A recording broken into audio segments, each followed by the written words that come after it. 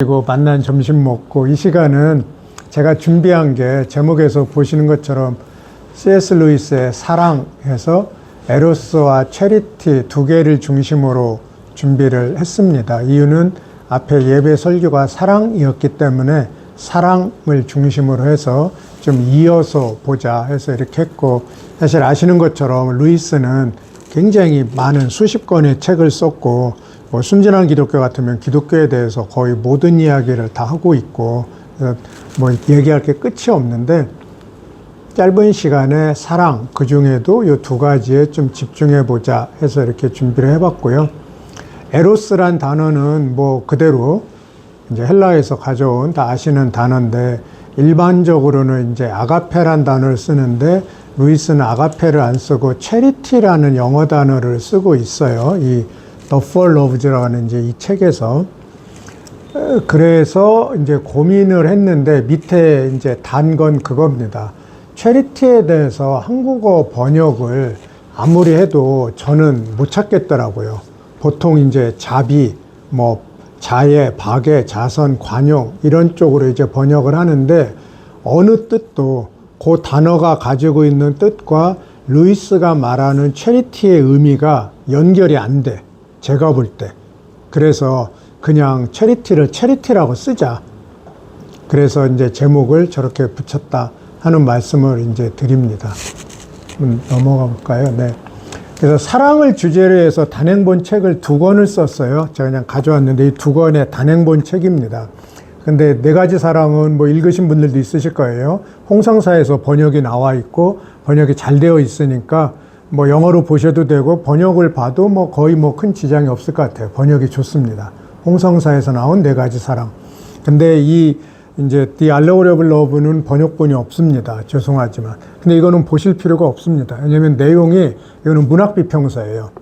그러니까 영문학, 루이스가 영문과 교수였잖아요. 그래서 문학 비평서고, 이 책을 내고 루이스가 이제 세계적인 석학이 된 그 책입니다. 이 책 내고 이게 알려지고 당신은 이제 석학이야, 영문과 교수로 이제 명성을 날리게 된 1936년에 나온 이제 그 책이고요. 근데 정말 좋은 책입니다. 사랑에 대해서 관심 있는 분들은 한번 읽어보시기를 권하고, 이제 이론 부분만 읽으시면 되죠. 작품 분석 부분은 이제 안 읽으시면 되고, 더 관심 있으면 그 작품을 또 읽으시면 되고.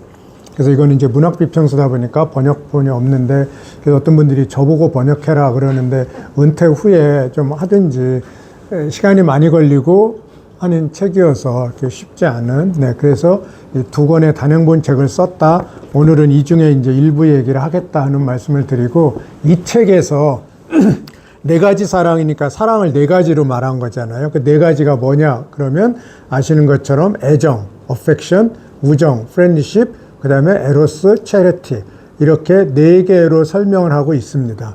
그런데 애정, affection, 이게 흔히 말하는 이제 가족 간의 사랑, 좀 그런 쪽으로 보시면 되고, 우정, 이건 저희가 다 아는 friendship이고, 그래서 그 두 개는 오늘은 제가 언급을 안 하고, 그러니까 제가 책 소개가 아니기 때문에 그 중에 이제 앞에 설교하고도 연결해서 에로스, 체리티, 이 부분에서 좀 오늘 얘기를 시간 되는 대로 하고자 하고요. 그런데 에로스도 저희가 아는 에로스와 루이스가 쓴 에로스가 다르고, 그 다음에 체리티는 일반적으로 안 쓰는 단어인데 그냥 아가페란 단어를 쓰는데, 이분은 이 책에서 아가페란 단어는 전혀 안 쓰고 있고, 그래서 여기서 말하는 체리티의 의미가 뭔가 하는 것에 대해서 이제 좀 설명을 하고 적용을 좀 시도를 해보겠습니다. 네. 그래서 이게 왜 중요하냐 그러면, 이제 나니아 연대기 아까 이제 읽으셨다는 분도 계시고 그랬는데 정말 좋은 책이죠.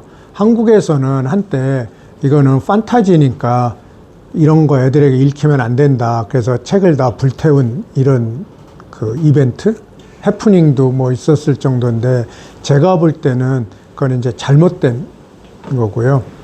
그래서 정말 그 성경이 말하는 하나님에 대한 소개를 소설 형식으로, 왜 소설이냐 그러면 루이스나 톨킨이나 반지제왕 이런 분들 같으면 결국은 스토리텔링이 베스트다. 그러니까 전달 수단으로 스토리텔링이 베스트다. 그래서 이제 이런 판타지 형식을 일부러 정한 거거든요. 그 두 사람이. 한 사람은 반지제왕이라는 유명한, 이제 제가 썼고, 이분은 이제 나냐연대기를 썼고, 근데 나냐연대기만이 아니죠. 그래서 이런 내용들이 전부 다 결국은 에로스 체리티에 대한 이야기다 하는 게 이제 제 관점인 겁니다. 결국 제가 나냐연대 같으면 뭐 미니멈 수십 번을 읽었을 거예요. 수십 년 동안에. 네. 나이 그때는 장점이 그거 같아요. 경륜, 반복. 때로는 이제 티칭을 하기 위해서, 그러니까 억지로도 보지만 보다 보면 또 뭔가 이전에 안 봤던 게 보이는 어떤 이런, 그 속에서 제가 이제 내린 결론이 결국 사랑입니다. 루이스에게서도 한 단어를 뽑으면. 네. 다음 한번 보면. 그러면 이제 조금 공부 좀 할게요. 지금 여기 루이스에 관심 있는 분들이 여기 참여하신 거니까, 루이스에게 있어서 에로스가 뭔가, 그냥 요점과 급소를 제가 이제 이렇게 6가지를 짧게 뽑았습니다. 최대한 짧게 한번 보면, 저희가 아는 에로스는 루이스는 비너스라고 부릅니다. 그러니까 우리가 아는, 그러니까 쉽게 말해서 육적인, 어떤 뭐 동물적인, 육체적인, 섹슈얼 디자이어, 어떤 이런 것은 루이스는 에로스라고 부르질 않아요. 그런 건 루이스의 용어로는 비너스다. 이거 구분을 하시고요. 그러니까 결론은 앞으로 말할 에로스는 그 에로스가 아니다. 단어는 같은 단어지만 이걸 처음부터 좀 구분을 딱 하시면 좋겠고요. 그러면 루이스가 말하는 그 에로스는 뭐냐 하는 게 이제 2번에서 일단 나옵니다. 사랑하는 사람이 줄 수 있는 쾌락을 원하는 것이 아니고 사랑하는 사람 자체를 원한다. 그러니까 내가 뭐 아내를 원한다. 그러면 아내가 나한테 줄 수 있는 어떤 육체적인 어떤 쾌락, 이게 아니고 그 사람 자체, 이게 에로스라는 거죠. 그러다 보니까 에로스는 필요의 즐거움이 아니고 감상의 즐거움이 된다. 이것도 이제 루이스가 쓴 용어입니다. 이 책의 앞에서 나오는 용어인데, 그러니까 즐겁죠. 쾌락이 있죠. 근데 그게 필요에 의한 쾌락이 아니라 감상, appreciation. 그러니까 이제 내 거로 만든다는 얘기예요, 결국. 이게 이제 3번의 얘기고, 그러다 보니까 4번이 연결되는 것이 뭐냐면, 내가 I'm you. 영어를 이렇게 되어 있습니다. I'm you. 내가 곧 너야.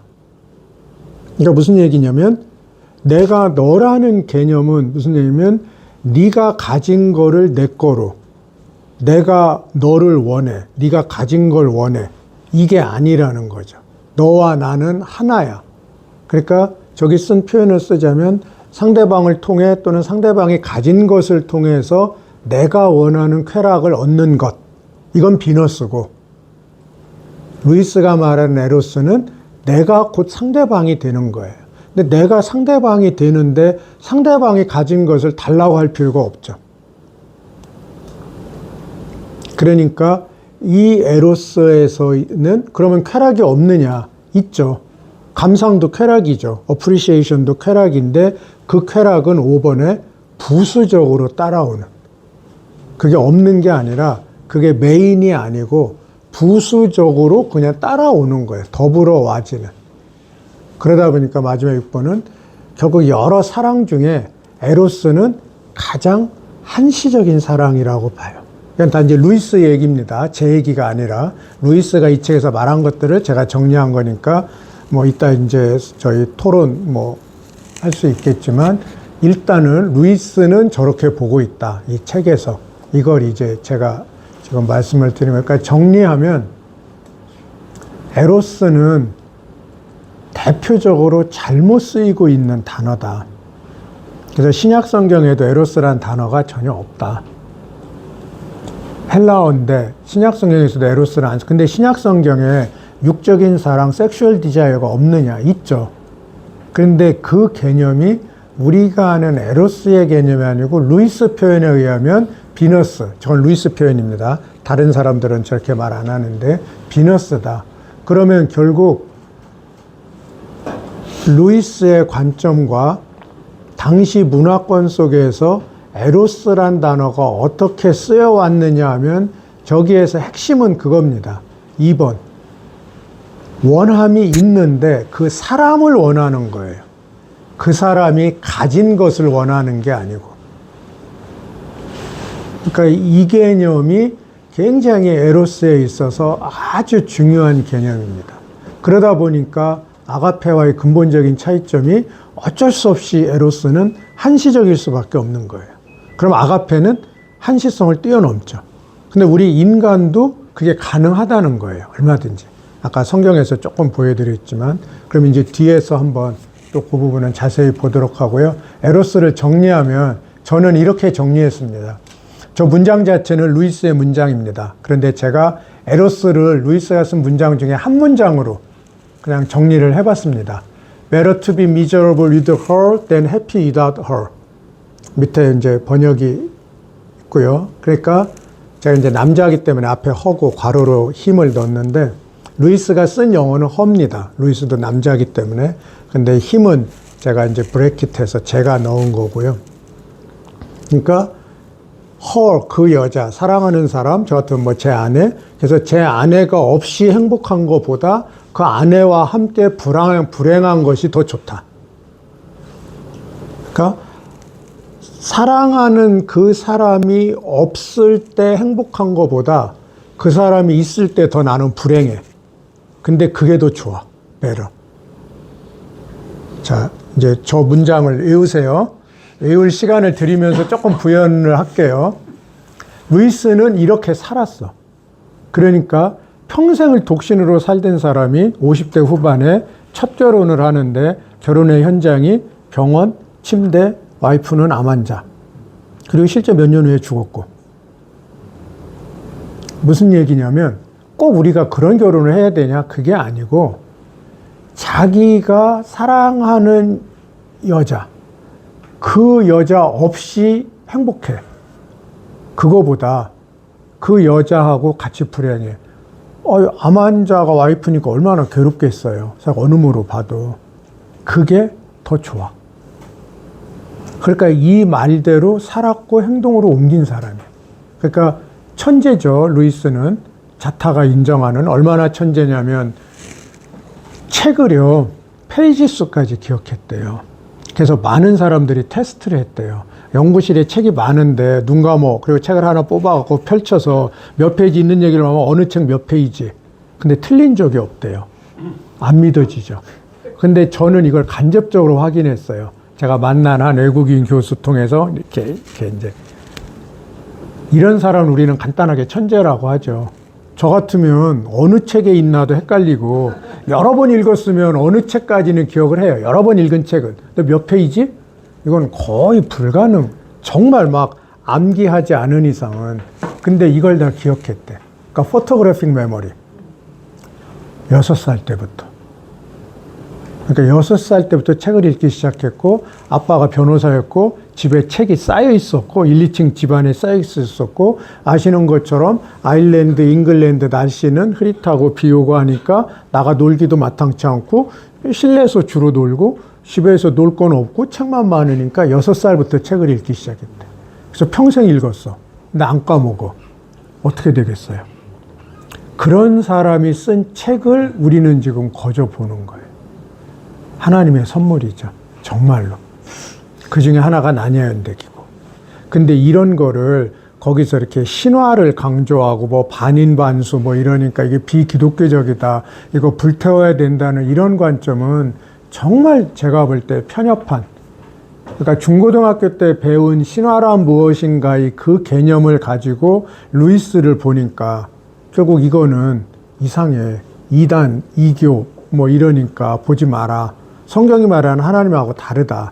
이제 이렇게 나오는 거죠. 그래서 루이스를 조금만 알면 루이스가 말하는 신화란 무엇인가, J.R.R. 톨킨이 반지자영에서 말하는 신화라는 게 뭔가, 이런 개념을 조금만 이해하면 하나님이, 저는 인류 문화유산이라고 감히 주장해요. 톨킨은 캐톨릭 신자지만 톨킨이나 루이스 같은 사람은 실제 지금 루이스가 죽은 지가 언제입니까? 63년에 죽었으니까. 근데 그 뒤에 그런 사람이 안 나오고 있거든요. 그래서 나니아연대교와 반지자영은 지금까지도 자타가 공인하는 탑2 판타지 문학이에요. 탑2. 판타지 문학이 많잖아요. 자, 해리포터 같은 건 끼지도 못해요. 이 속에. 참 좋고 재밌지만 이 탑2 작품을 쓴 사람들 이만큼 죽었어도 안 나오죠. 더 지나도 쉽지 않을 거예요.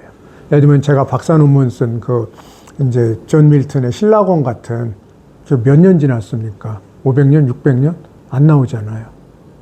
3,000행이 넘는 웬만한 장편소설, 시 한 편이 이거보다 두꺼울 거예요.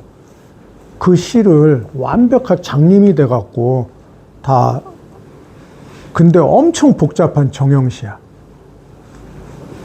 이런 사람을 우리는 쉽게 천재라고 얘기하죠. 그래서 다시 돌아와서, 자, 이제 시간을 드렸으니까 외우셨죠?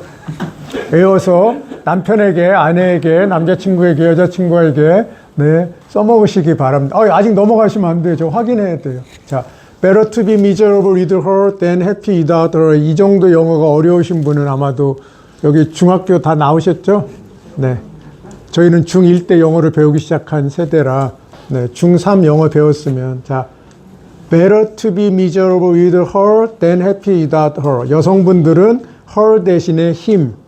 그래서 남편에게 이 고백이 가능해야 돼. 아내에게 이 고백이 가능해야 돼. 아니라면 그건 이제 이 시간 이후에 이제 네, 네. 저 문장을 루이스 문장 그대로 가져온 겁니다. 이 책에 있는 거. 그 브레이킹만 빼고. 자, 우리 다 같이 한번 읽어볼까요? 시작. Better to be miserable with her than happy without her. 한 번만 더. Better to be miserable with her than happy without her. 네, 1분 드리겠습니다. 이 문장을 keep in mind. 가슴 속에 확 각인시켜 놓으세요. keep in mind. 영어 아시죠? mind에 keep 시켜라. 그래서 그게 이제 암기하다, 기억하다 뭐 이런 뜻이잖아요. 그래서 지금 뭐 수거 공부하는 시간이 아니고 mind에 keep해라. 정말 좋은 문장이에요. 이게 되면 부부관계 문제가 있을 수가 없어.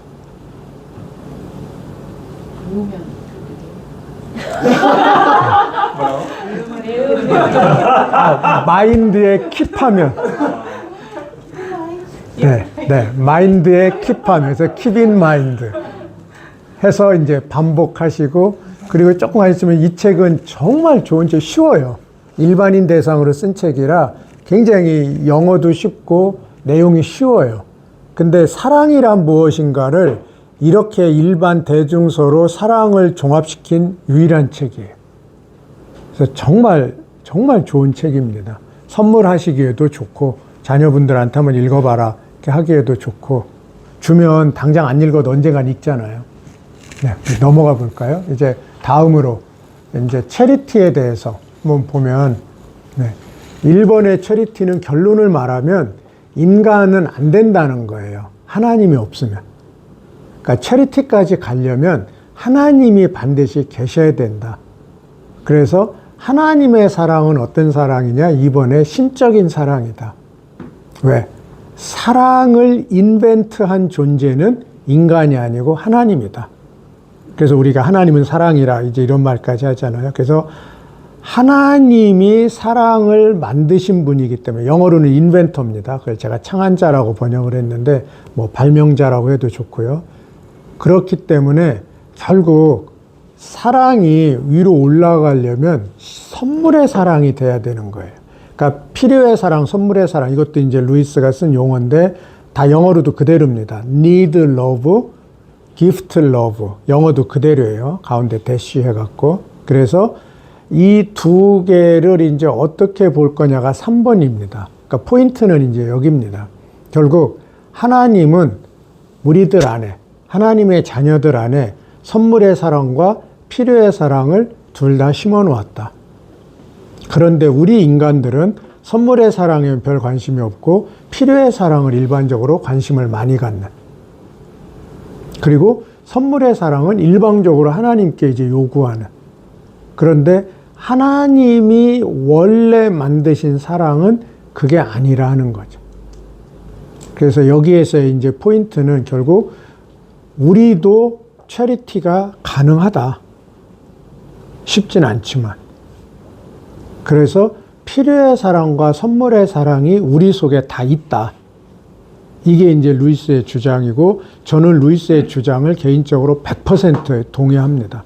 사실 아침에 설교도 그 연장이었고, 이 뒤로 가시면 이제 왜 이런 게 가능한지를 더 좀 보여드리겠습니다. 다음으로 가면요. 결국 선물의 사랑도 그냥 기프트 러브가 있고, 하나님의 선물의 사랑을 루이스는 디바인이란 단어를 앞에 써요. 그래서 신적인 선물의 사랑. 우리 속에 디바인 기프트 러브가 있으면 이때 도저히 나는 사랑할 수 없는데 사랑할 수 있게 되는, 우리가 흔히 말하는 성인들, 정말 순교하는 분들, 어떤 이런 분들, 말도 안 되는 상황 속에서 그 사랑하고 용서하는 이런 일들이 가능한 그런 분들이 계시잖아요. 실제 그런 공동체가 있고, 저희가 대표적으로 잘 아는 게 이제 뭐 아미시 공동체라든지, 뭐 아까 브라더호프 공동체도 뭐 언급을 하셨는데, 이런들 속에서 이렇게 보면 때로는 뭐 말도 안 되는, 네, 그래서 이제 그런 거 할 때 대표적으로 이제 많이 나오는 이제 그런 이야기들, 이제 아미시가 보통 많이 언급이 되지만 그런 거 아니라도 사실 조금 들어가 보면 그런 것들이 생각보다 많더라고요. 예를 들어서 손양원 목사님 같은 그런 케이스들, 손양원 목사님만이 아니고, 그러니까 자기 자식을 죽인 사람을 자기 양자로 삼아. 이게 과연 가능할까? 아니면 위선일까? 정말 목사니까 위선, 속은 아닌데 속으로 얼마나 그 사랑이 가능할까? 하나도 아니고 둘을 다 죽였는데 죽인 놈을 양자로. 이게 가능해질 수 있는 건 저 수준에선 가능하다. 디바인 기프트 러브는. 근데 하나님은 우리 속에 그걸 주셨다는 거예요. 이미. 내 속에는 그게 잠재되어 있는 거예요. 그러면 이게 뭐냐? 루이스는 그때 체리티를 씁니다. 책에서. 그게 체리티다. 그러면 그리고 아가페하고 차이가 뭐냐? 왜 아가페라는 단어를 안 썼냐? 그걸 이제 뒤에서 한번 볼게요. 네.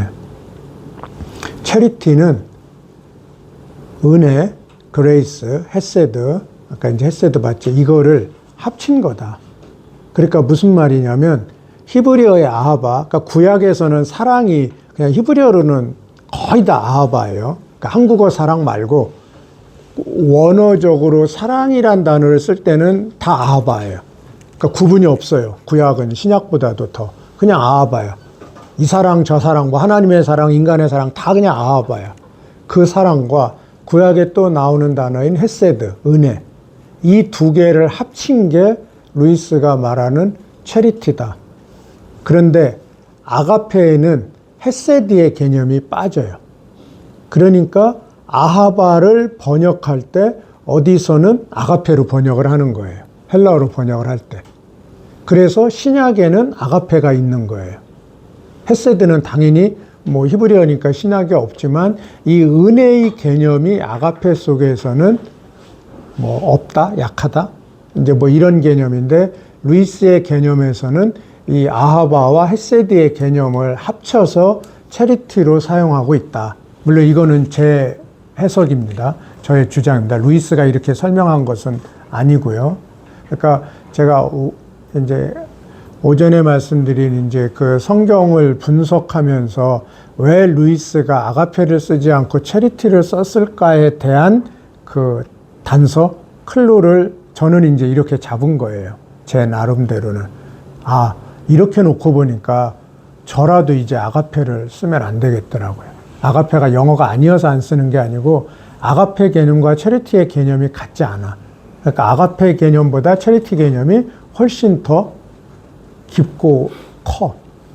그래서 루이스가 에로스란 여기서 에로스는 쓰거든요. 루이스는 성경에는 신약 성경에는 없지만 루이스는 네 가지 중에 세 번째가 에로스 해서 명확하게 에로스란 헬라어를 어차피 그건 영어화된 헬라어니까 그대로 에로스, EROS 이렇게 쓰는데 왜 아가페는 안 쓰냐?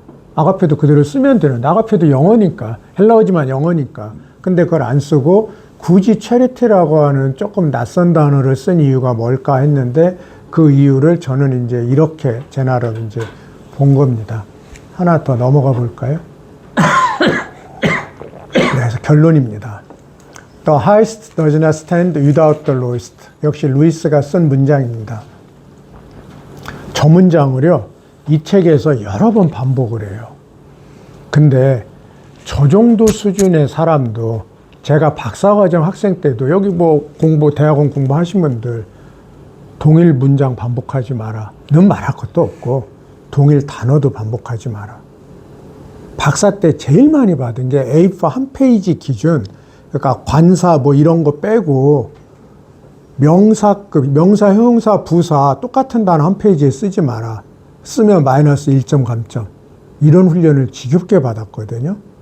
루이스는 20세기 최고의 스타일리스트라고 하는 사람이거든요. 그러니까 문장가, 20세기에 가장 글을 잘 쓰는 사람이라고 평을 받을 정도의 사람이에요. 근데 그 사람이 이 얇은 책에서 저 똑같은 문장을 반복하고 있어. 한국어 홍성사판을 보면 이걸 몰라요. 그래서 원서를 봐야 돼. 작가가 정확히 뭐라고 말하는지를 보려면. 번역판에서는 이걸 못 잡아냅니다, 절대로. 그래서 학자들도 번역판을 주로 많이 보시는 분들은 몰라요. 근데 저는 어쨌든 전공이 영어고, 영어가 뭐 어쨌든 쉽고 또 정확도를 강조하기 때문에 영어로 이 책을 여러 번 보다 보니까 처음에는 저도 몇 번 그냥 건너뛰었어요. 근데 어느 순간 똑같은 문장이 나오네? 저 쉬운 영어를 반복을 하네? 루이스 같은 석학이, 스타일리스트가 왜 반복하지? 어디서 반복하지? 어떤 때 반복하지? 이거를 보면서 제가 이제 잡아낸 게 저겁니다. 가장 높은 것은 가장 낮은 것 없이는 불가능하다. 그러니까 더 로이스트가 없으면 더 하이스트는 스탠드 할 수가 없어. 사랑에 적용을 해보면요. 에로스가 없으면은 아가페도 존재할 수가 없어. 그러니까 이건 이제 제 해석입니다. 이 해석은. 근데 저 문장의 의미가 뭐냐. 직역하면 가장 높은 것은 가장 낮은 것 없이는 스탠드, 서 있을 수 없다. 존립할 수 없다. 존재할 수 없다. 이게 그냥 문장의 의미인데, 그러면 그게 무슨 말이냐. 근데 이 책이 사랑 얘기죠. 저 문장이 요소요소에 이제 들어있죠. 책 속에. 그러면 그 컨텍스트를 본 결과, 더 하이스트는 결국 사랑의 꼭대기. 제일 높은 사랑. 그럼 이제 아가페, 루이스라면 체리티, 이 사랑. 가장 낮은 사랑. 그러면은 에로스? 아니면은 더 낮춰서 이제 뭐 프렌드십? 아니면 어펙션? 아니면 이 책의 앞에 한 장이 이제 또 서브 크리에이션 얘기가 있어요. 우리식으로 말하면 동물 사랑, 식물 사랑. 그것도 뭐 사랑이죠. 루이스는 용어를 그렇게 했어요. 서브, SUB, 서브 크리에이션. 좀 아래에 있는 존재들 해서 한 챕터를 별도에, 그래서 사실은 이 책은 5가지 사랑에 대한 책인데 본인이 뭐 제목을 이렇게 붙였으니까 뭐 그거는 이제 한 챕터를 따로 했고, 그래서 더 로이스트가 어떤 사랑이냐, 그러면 동물적 사랑이 더 로이스트냐, 하여튼 그거는 이제 말하고 있질 않아서 알 수는 없는데, 그래서 저는 저렇게 풀었습니다. 인간의 사랑은 하나님의 사랑을 필요로 하고 하나님의 사랑은 인간의 사랑 속에 녹아 있다. 즉 하나님의 사랑과 인간의 사랑은 긴밀하게 상호 소통하는 관계이다. 무슨 말이냐면, 우리가 사랑하죠, 인간이. 내가 내 와이프를 사랑해요. 내가 음식을 사랑해요. 제가 커피를 사랑해요. 사랑해요. 무엇을 사랑할 때 이 인간의 사랑은 하나님의 사랑이 그 속에서 있어야 된다는 거예요. 없으면 무슨 말이에요? 제한이 된다는 거예요. 그만큼 컴플리트하지 않다는 거죠.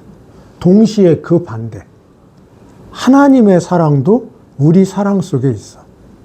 그러니까 하나님도 우리를 필요로 해. 자, 이 말씀은 오해하시지 마세요. 전지전능한 분이 뭐 우리를 필요로 하냐, 맘먹으면 뭐든지 할 수 있지. 그건 맞는 말씀인데, 하나님의 사랑도 우리의 사랑이 같이 맞장구 쳐주지 않으면 뭔가 부족하다는 거예요.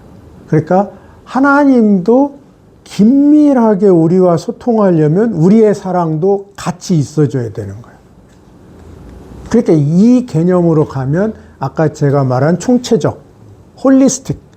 그러니까 사랑을, 이건 육체적인 사랑이야, 이건 정신적인 사랑이야, 이건 세속적인 사랑이야, 이건 거룩한 사랑이야. 이런 구분에는 잘못됐다는 게 아니라 한계가 많다는 거죠. 그거는. 때로는 구분도 해야 되겠죠. 필요에 따라서 구분을 해야 되겠지만, 그렇게 구분만 해서는 하나로 합쳐지지 않는다. 그러니까 우리가 사랑이라고 말을 하려면 결국은 더 하이스트까지 가져야 된다. 그러니까 하나님이 빠진 사랑, 이거는 제한적이다. 그러니까 하나님 없는 사람들도 굉장히 헌신적으로 사랑하시는 분들 많이 있잖아요. 물론 그 반대로 하나님 믿는 분들 중에도 뭐 이상한 짓 하는 사람도 있고 있는데, 결국 우리가 사랑이라고, 성경이 말하는 사랑이라고 말하려면 하나님 없는 사랑은 제한적일 수밖에 없다. 그러니까 하나님을 닮을 때만 비로소 사랑이 가능하다. 그러면 이 사랑이 어떤 사랑이냐? 바로 저 사랑이라는 거죠. 더 하이스트와 더 로이스트가 둘 다 있어야만 되는 그런 사랑. 그래서 요게 이제 오늘 두 번째 영어 공부 문장입니다. 자, 30초 드릴게요. The highest does not stand without the lowest. 다음부터 영문과 교수 부르지 말자. 뭐 어차피 저는 안 올 테니까 아마도 뭐 네. 제가 볼 때는 정말 멋진 문장입니다. 그러니까 루이스 같은 사람이 저 쉬운 영어를 이 책에서 반복해서 쓰고 있어요. 근데 이렇게 안 써요. 이런 책에서도요, 반복 문장 한 문장도 없어요. 반복 문장은 말이 안 돼. 근데 이 얇은 책에서 저 문장을 계속 반복하고 있어요. 실력이 없어서 우연히 실수로 저 문장이 이 책의 주제 문장이다. 라는 게 이제 제 관점입니다. 그러면 결국 우리는 어떤 사랑을 하며 살아야 되느냐. 더 하이스트와 더 로이스트가 하나로 섞여진 그런 사랑을 하면서 우리는 그걸 이제 우리가 방향이죠. 그러니까 할 수 없다. 미리 포기할 것도 없고 계속 꾸준히 그쪽을 향해서 비틀거리면서 넘어지면서 교회 공동체가 서로 의지하고 보조해 주면서 이러면서 이제 같이 가는 거죠. 결국. 네. 우리 다음으로 이제. 네. 그래서 저의 결론은 성경이 말하는 사랑과 루이스가 말하는 사랑은 같다. 근데 이런 얘기를 한 사람이 없어요. 석학들도. 그래서 제가 조금 강하지만 제가 이 나이에 뭐 이제 뭐 눈치 볼 것도 없고 뭐 틀렸다고 욕먹는다고 겁날 것도 없고 제가 이제 나름 확신하는, 그리고 제가 또 머리로 말한다면 한계가 많은데 제 자신이 이제 그런 방향의 삶을 살고 있고 그렇게 노력하고 있고 그 좋음을 이미 맛보고 있기 때문에 이 좋은 건 우리가 나누고 싶잖아요. 그래서 좋은 건 좋아하는 사람들하고 나누고 싶잖아요. 그런 면에서 이렇게 우리는 사랑해야 된다. 이런 사랑을 우리는 해야 된다 하는 면에서 오늘도 나누는 거고요. 그러면 우리 현장에서의 사랑은 어떤가? 저 질문. 이거는 저희가 이제 각자 이제 생각해 보고 이제 그러면서 그러면 나는 나의 현장에서 내 사랑은 얼마나 유기적인가? 얼마나 총체적인가? 얼마나 이렇게 분리, 이제 저 같으면 대학 때 제일 많이 들었던 게 이제 플라토닉 러브에서 이제 뭐 정신적 사랑, 육체적 사랑, 형이 상학적 사랑, 형이 하학적 사랑. 그래서 무슨 말 하면 아, 그건 형이 하학적인 거야. 그러면 안 돼. 아, 저 세속적인 뭐 하고, 그러면 아, 참 거룩한 뭐 하고 뭐, 그 뭐 섹스, 아, 이건 세속적인 거야. 아, 그런 단어도 꺼내면 안 돼. 뭐 그러고 뭐. 근데 그 하나님의 방법이 아니죠. 하나님의 방법이 인류 보존인데 부부가 결혼하고 자녀를 낳고 해야 되는데 다 뭐 동정녀 말이야? 뭐 이건 하나님의 방법이 아니잖아요. 그런 면에서 이 사랑의 의미는 정말 이제 중요한 개념이다 이제 하는 거고요. 넘어가면 네. 마지막입니다. 이분이 33년에 순례자의 귀향이라는 소설을 썼어요. 처음 소설, 한국어 번역이 되어 있습니다. 그리고 56년에 마지막 소설, 우리가 얼굴을 가질 때까지를 썼어요. 전혀 겉으로 보면 다른데 속을 보면 다 사랑 이야기다. 진리, 여기서 진리는 이제 하나님의 말씀이죠. 진리를 전달하는 최고의 방법이 스토리텔링이다 라고 루이스는 확신을 했고, 그래서 소설 형식을 가지고 핵심은 사랑인데 그걸 속에 집어넣어서 용광로 속에서 바꿔 만들어낸 거죠. 그게 이제 순례자의 귀향이라든지 뭐 나니아 연대기라든지 뭐 우주 3부작 그 SF 소설이라든지 우리가 얼굴에 갈 때까지라는 저런 그 신화 소설이라든지 아니면 이런 식의 이제 읽으신 뭐 순전한 기독교라든지 뭐 스크루테이프 레터라든지 또 뭡니까 뭐 기적이라든지 또 뭐 있죠? 쓴 책이 하도 많아갖고 뭐 이제 이런 류들은 전부 이걸 풀어내는 수단이었다는 거죠. 그러니까 어떤 때는 소설로, 소설도 어떤 때는 알레고리 소설로, 어떤 때는 판타지 소설로, 어떤 때는 신화 소설로, 어떤 때는 에세이로 이런 식으로 굉장히 다양한 방식으로 그게 가능했던 이유는 결국 천재라는 이유도 있지만 삶을 그만큼 단순하게 그냥 하나님 중심으로 그러니까 그게 가능했다. 근데 오늘날 저희들은 저렇게 너무 바빠. 너무 복잡해. 하고 싶은 것도 많고, 가고 싶은 것도 많고, 먹고 싶은 것도 많고, 이런 천재가 영국을 벗어난 적이 없어요. 무슨 얘기예요? 단순한 삶. 그러니까 단순하게 하면서 오전 내내 애들, 한심하게 어린애들 그냥 편지에 답이나 그냥 해주고, 근데 이게 루이스에게는 하나님 일이야. 자기가 육체 노동은 못하고 애들의 그런 답을 이렇게 이게 하나님 일이다. 그리고 틈나는 대로 영국에서 이제 교회에서나 어디서 이렇게 이제 뭐 강의, 특강하고, 그 다음에 자기의 재능인 이제 글쓰기. 그러니까 그 많은 책을 그렇게 쓰고, 사실 글 쓴다는 게 이것도 고통스러운 작업인데 또 이런 책이 돈 되는 것도 아니고 그렇게 할 수 있었던 게, 그러니까 저희들도 우리의 재능을 어떻게 풀 거냐. 각자의 재능이 다 다르니까 그 재능을 가지고, 그러니까 집에 설거지 하는 것도 하나님 일인 거고 두말할 게 없이. 네. 그래서 이런 그 홀리스틱한 삶이 여기서는 너무나 잘 나와 있다. 그러니까 사랑의 알레고리는 38살 때 이 책을 냈고요. 이 책은 62세 때 냈고, 그러면 저거 몇 년입니까? 저 둘 사이가. 24년. 그러니까 이 책은 사랑을 머리로 쓴 책이고, 이 책은 사랑을 몸으로 쓴 책이고, 고통도 그렇죠. 고통에 대해서 2권을 썼잖아요. 고통의 문제라는 책은 머리로 쓴 책이고, 그래서 되게 어렵죠. 홍성아 번역본을 봐도 되게 어려워요. 그런데 나중에 이제 Grief Observed, 그 헤아려 본 슬픔, 이거는 몸으로 쓴. 그러니까 좀 이건 뭐 빠지는 얘기입니다만, 이제 그렇게 결혼한 와이프가 결국 암으로 죽고, 그러니까 이제 하나님을 원망하고, 믿는 사람이지만 너무 이제 힘드니까, 그래서 하나님을 원망했던 것들을 루이스가 다른 쓴 글에 보면은 그냥 집에 있는 거 뭐 그냥 주워다가 거기다 썼다 그래요. 우리 이제 미국에서 이렇게 저널이라고 하는 이렇게 조그만 얇은 그런 게 있어서 거기다 썼는데, 오늘 하루 쓰고 내일 하루 쓰고 하다가 이제 4개를 쓰고 그 다음에 이게 없어 집에. 그래서 그만 썼어. 그러니까 개인 일기죠. 하소연. 근데 나중에 돌아보니까 이제 이렇게 어려운 이런 사람들에게 내 글이 도움이 되겠다. 그래서 자기 그거를 모아서 퍼블리시한 거예요. 근데 이 루이스 같은 사람도 이게 겁나니까 익명으로 퍼블리시한 거예요. 처음에는. 그 헤아려 본 슬픔을 익명으로 냈습니다. 이미 이름도 워낙 그 앞에 이제 많이 알려져 있고 이러니까 실명으로 내기에는 내용이 좀 쪽팔린 내용들이 많아요.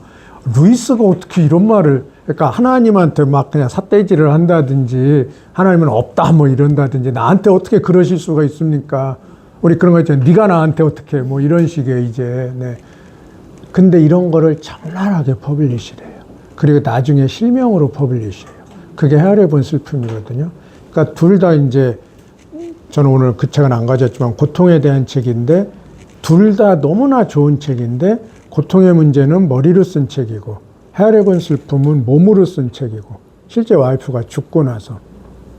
그러니까 무슨 말씀이냐면 결국 사랑을 어떻게 볼 거냐에 있어서도 우리는 머리도 필요하지만 머리로의 사랑은 분명히 한계가 있다. 우리 인간은 몸이 있기 때문에. 그러면 몸으로의 사랑, 이것이 반드시 이어져야 된다. 그러니까 교회 공동체도, 어떤 공동체도 우리가 뭐 학생을 사랑한다, 뭐 자식을 사랑한다, 뭐 한다면 이게 몸이 같이 가는 사랑이 따르지 않으면 그 사랑은 사랑이 아닌 건 아닌데 그만큼 제한적이다. 그런데 우리가 몸이 함께 갈 때 아가페적 사랑도 가능하다. 아까 그 언어에서도 보신 것처럼 결국 인간이 인간을 사랑할 때도 아가페란 단어를 성경은 쓰고 있다.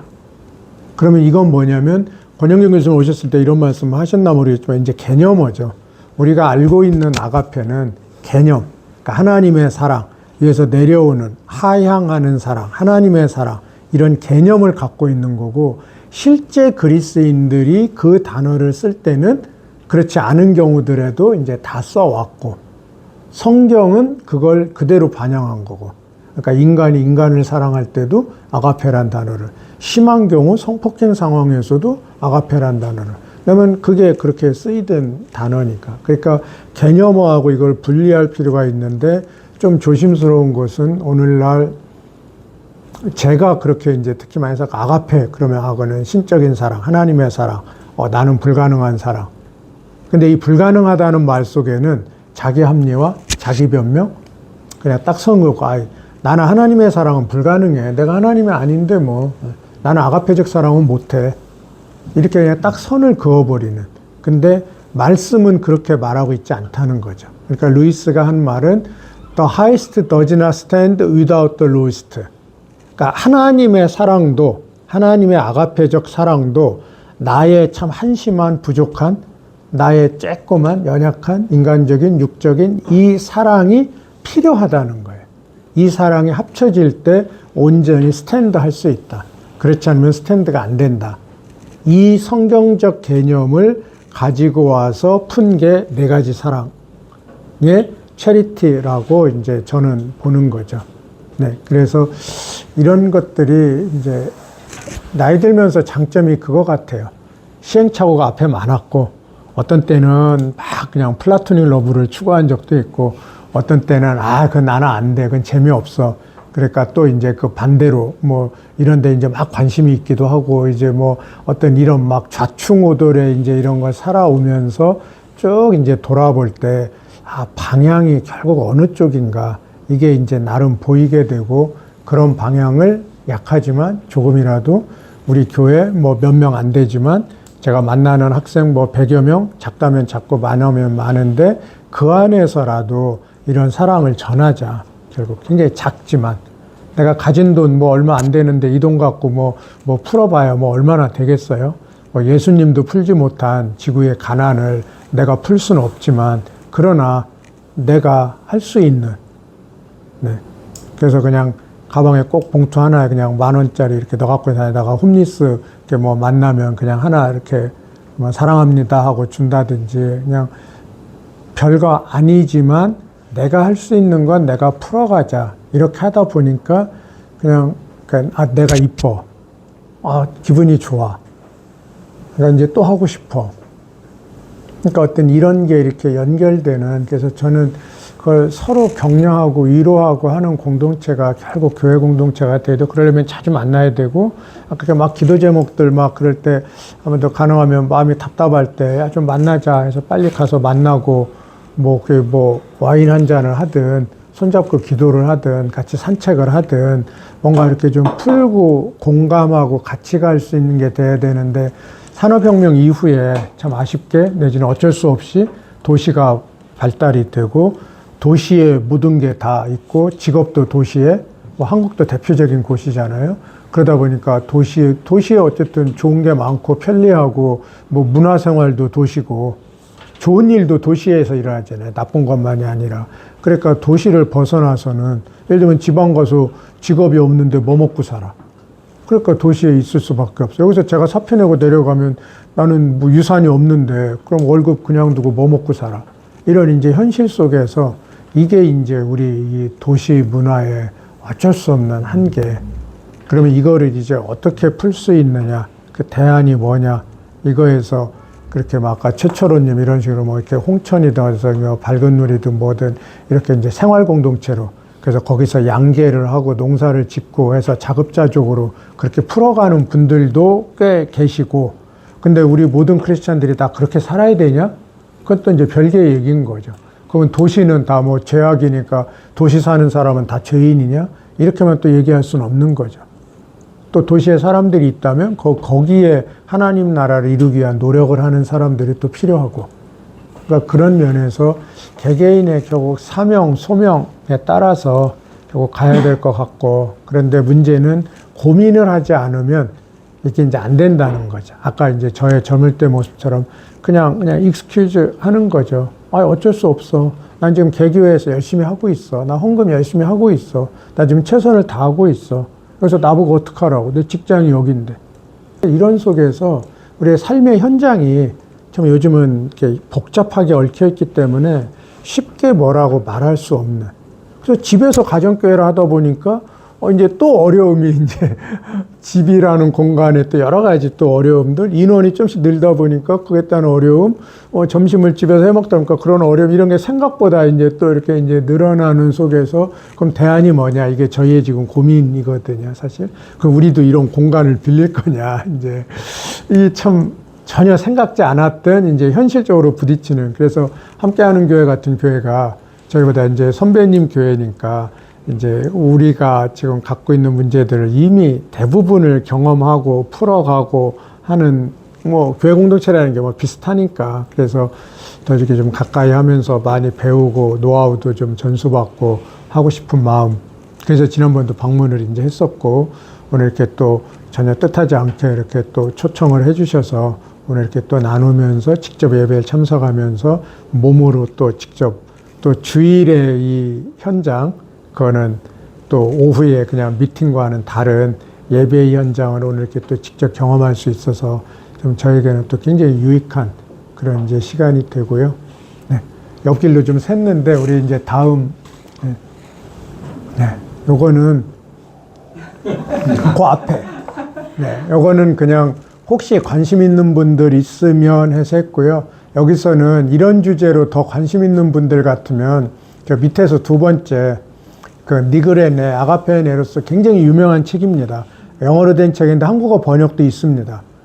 이제 한국어 번역본도 이제 있고요. 그래서 아가페와 에로스라는 한국어 번역도 그대로예요. 아가페와 에로스에서 굉장히 어려운 책이고 교회사를 다 바탕에 깔고 있는 책이긴 하지만 함께하는 교회 같은 데 같으면 한번 저런 책을 한국어로, 영어는 개념이 어려워서 어려워요. 그래서 아가페와 에로스 이런 책 한 권 구입해서 여기 책 나눔 같은 거 할 때 챕터별로 한번 하면서 사랑이란 무엇인가를 좀 교회사적으로는 어떻게 보고 있는가, 이런 거를 교부들은 어떻게 보고 있는가, 이런 거를 좀 공부하면서, 공부의 장점은 머리가 가슴으로 내려올 계기를 자꾸 주는 거죠.